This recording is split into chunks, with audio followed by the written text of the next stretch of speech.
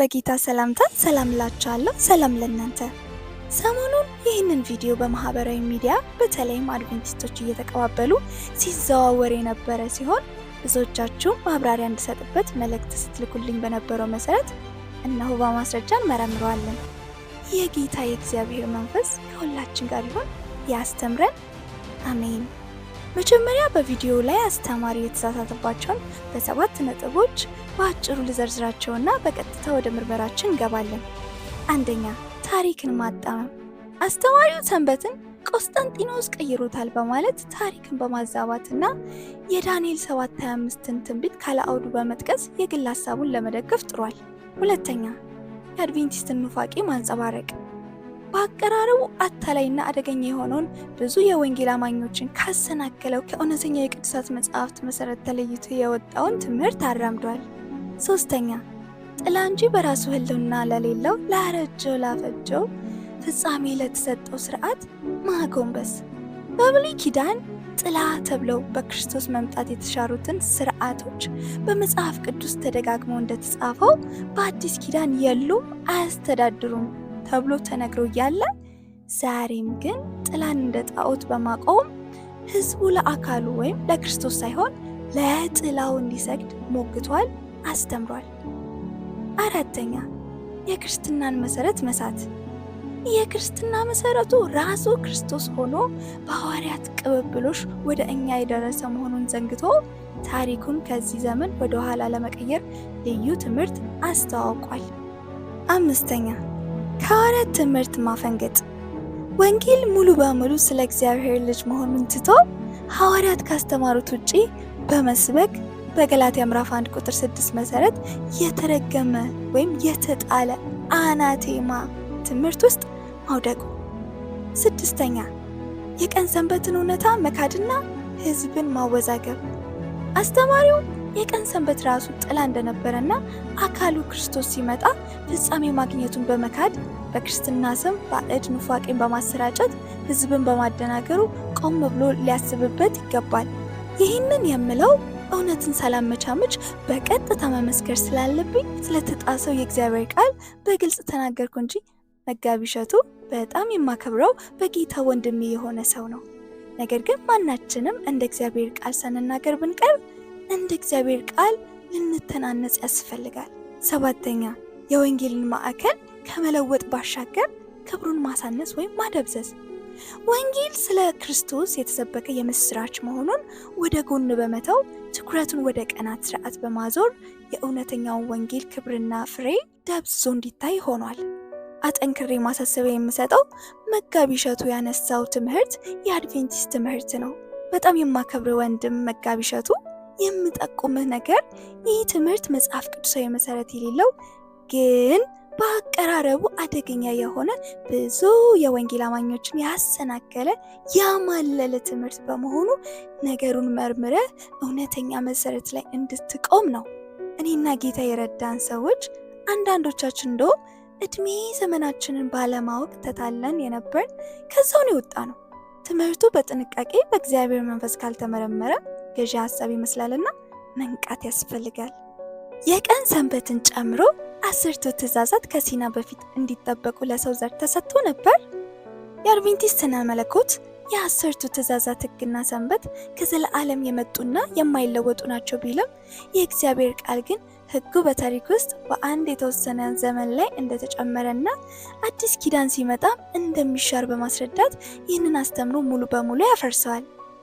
ለ2500 ዓመታት ከአዳም እስከ ሙሴ የነበሩት አባቶች 10ቱ ትእዛዛትንና የሰንበት ስርዓት ሳያውቁ በእግዚአብሔር ጸጋና በተስፋው ቃል ብቻ ኖረዋል።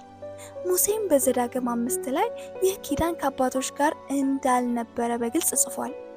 ሐዋርያው ጳውሎስ በሮሜ 5 እና በገላትያ 3 ላይ እንዳረጋገጠው ሕጉ ዘላለማዊ ሳይሆን ከአብርሃም ኪዳን 430 ዓመታት በኋላ ስለመተላለፍ የተጨመረ ጊዜያዊ ስርዓት ነው።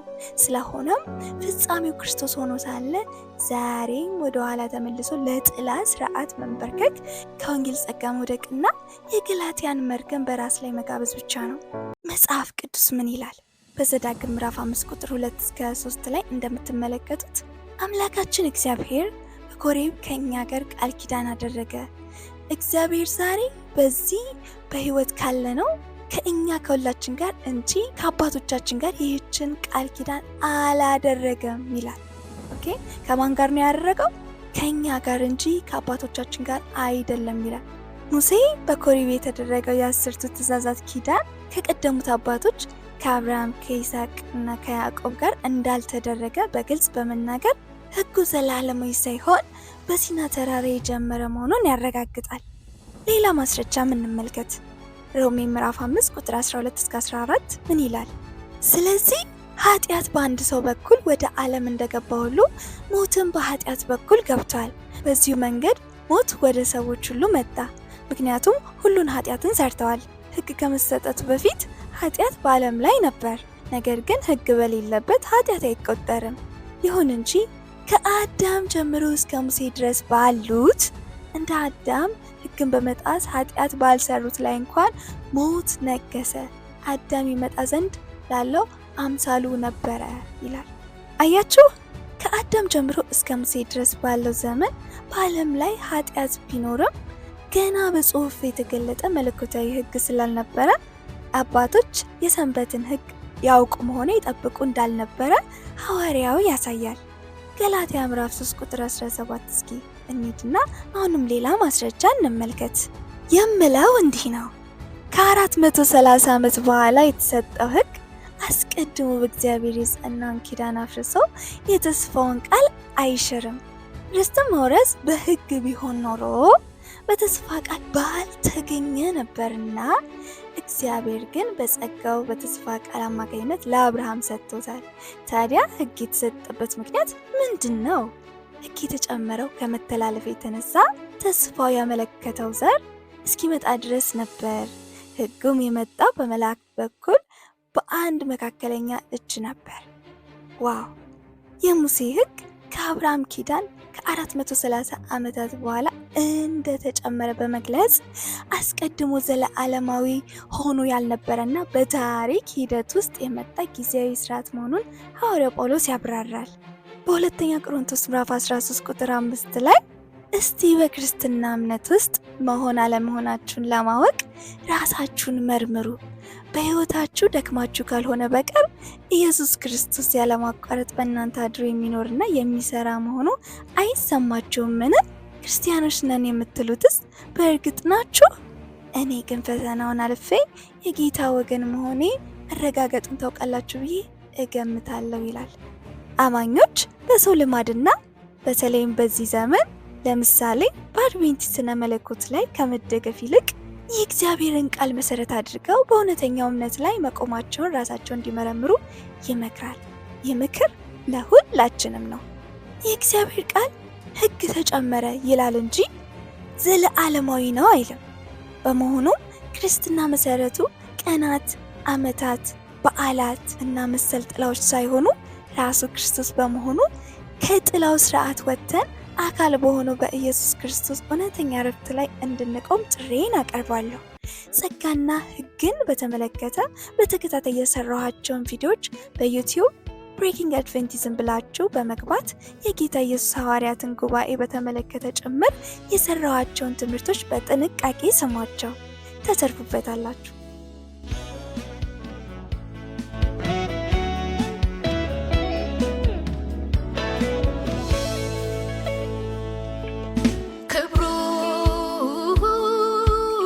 ክብሩን እንደተጠማ